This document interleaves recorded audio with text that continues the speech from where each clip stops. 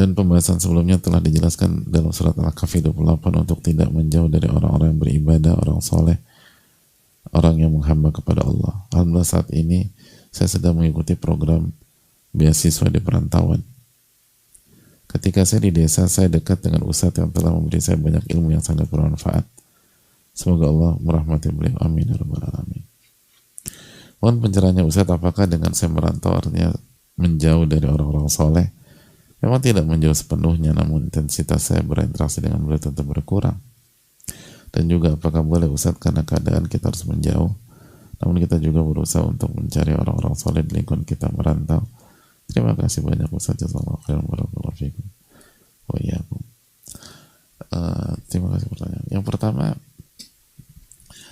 merantau tidak ada masalah selama niatnya dan motifnya benar, bukan untuk maksiat dan bukan untuk cinta dunia dan lain sebagainya.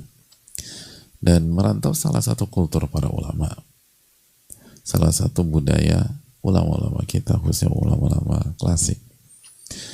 Dan mereka bahkan mereka melakukan rihlah fi talabul ilm, melakukan perjalanan panjang untuk menuntut ilmu.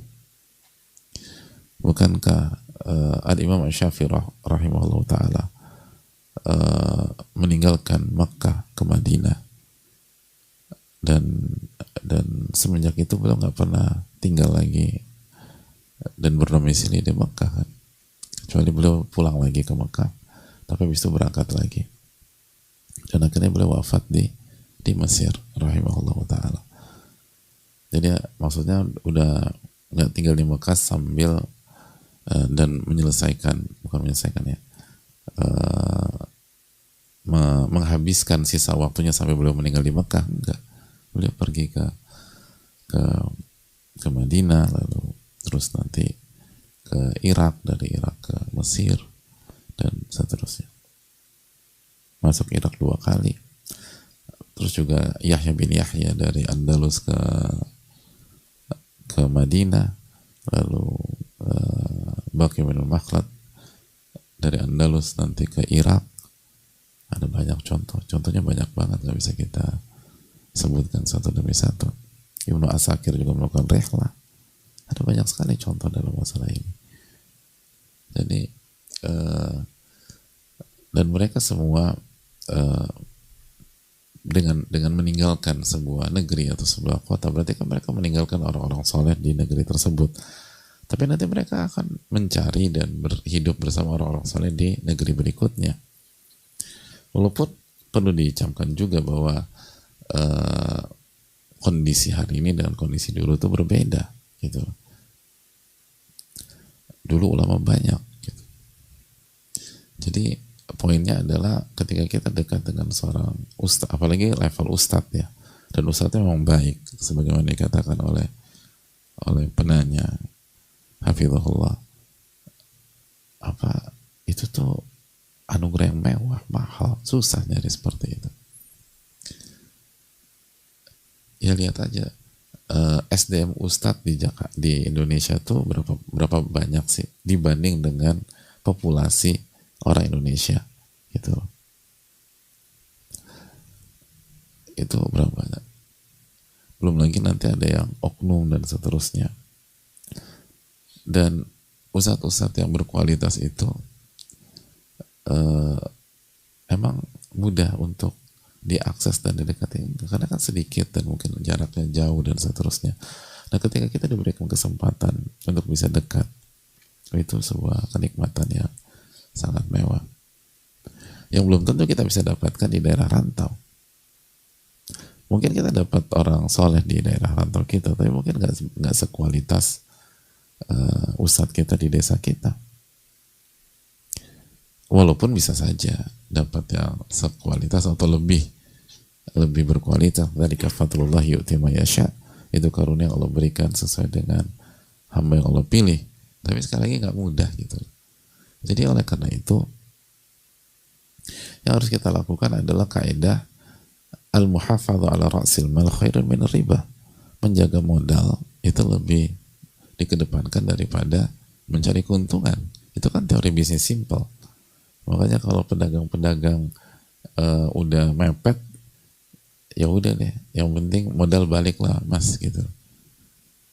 Jadi itu kaidah, itu kaidah kehidupan. Al muhafadzah ala rasil mal khairu min riba.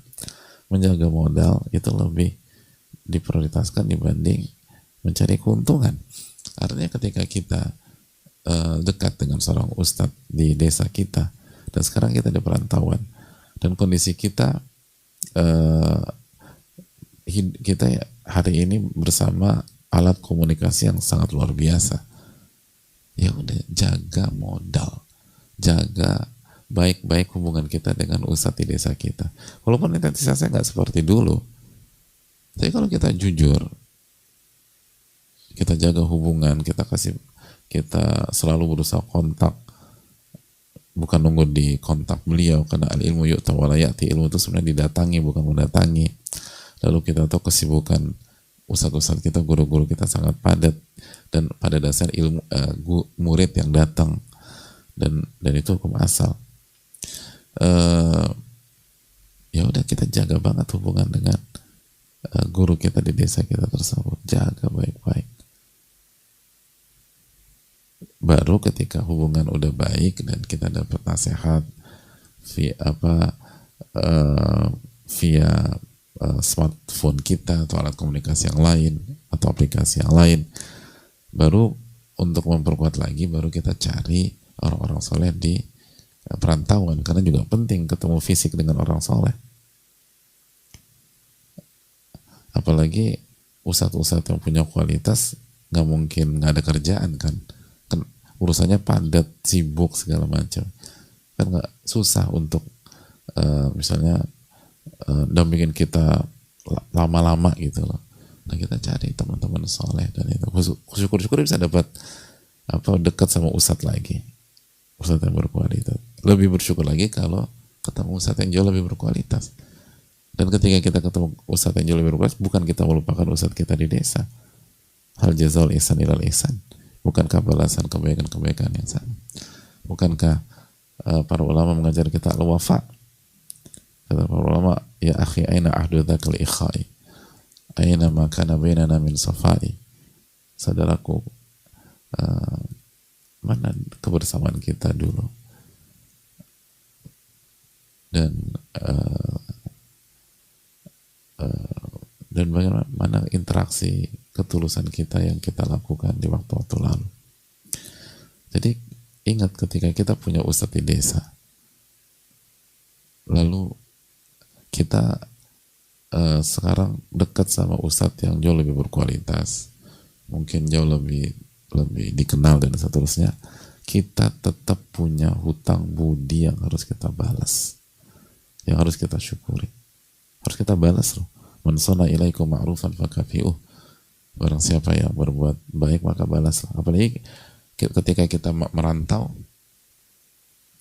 otomatis misalnya dalam tujuan mencari rizki yang halal dan berkah, dan secara kehidupan duniawi kita menjadi lebih sejahtera, gak boleh lupakan itu ustadz kita di desa. Dan gak usah tunggu dibuka pembicaraan dari beliau. Ada banyak orang, kenapa Anda tidak berbakti dengan ustadz Anda? Abisan beliau nggak pernah minta. Kok nunggu diminta itu? Bukankah orang tua yang baik nggak minta sama anaknya? Gitu. Bukankah guru itu bimanzilatil walid, orang tua ruh? Jangan nunggu diminta. Walaupun kalau orang tua minta nggak ada masalah juga, orang tua kita. Justru kita senang, tapi jangan nunggu gitu. Kita berbakti sama orang tua itu nggak nunggu diminta. Justru semakin orang tua nggak minta kita semakin pusing.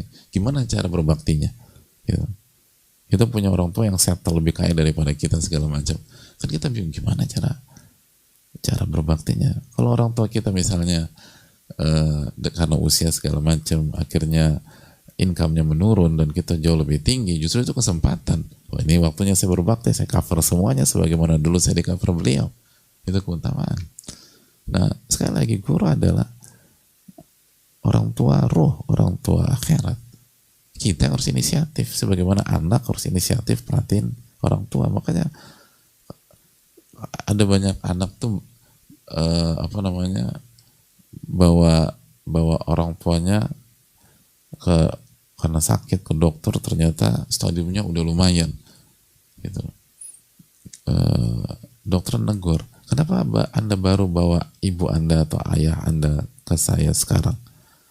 Ya bisa, beliau nggak pernah ngeluh sih dok.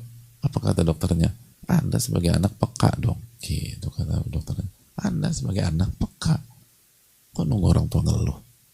Itu poin. Kita sebagai anak, sebagai murid harus peka, bukan nunggu orang tua apa ngeluh atau curhat atau mengatakan kebutuhannya. Kita harus peka.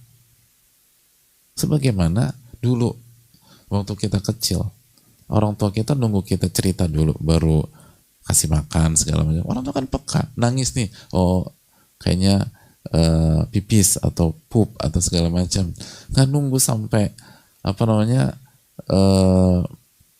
semua, nggak nunggu sampai misalnya urinnya netes dulu kan, dari bocor dulu dari apa, dari pampersnya atau segala macam yang nggak jelas gitu baru diganti. Enggak peka gitu. Orang tua kita tuh peka sama kita waktu kita kecil. Nangis, oh mau makan, nangis nggak nyaman karena pup atau sakit perut atau segala macam.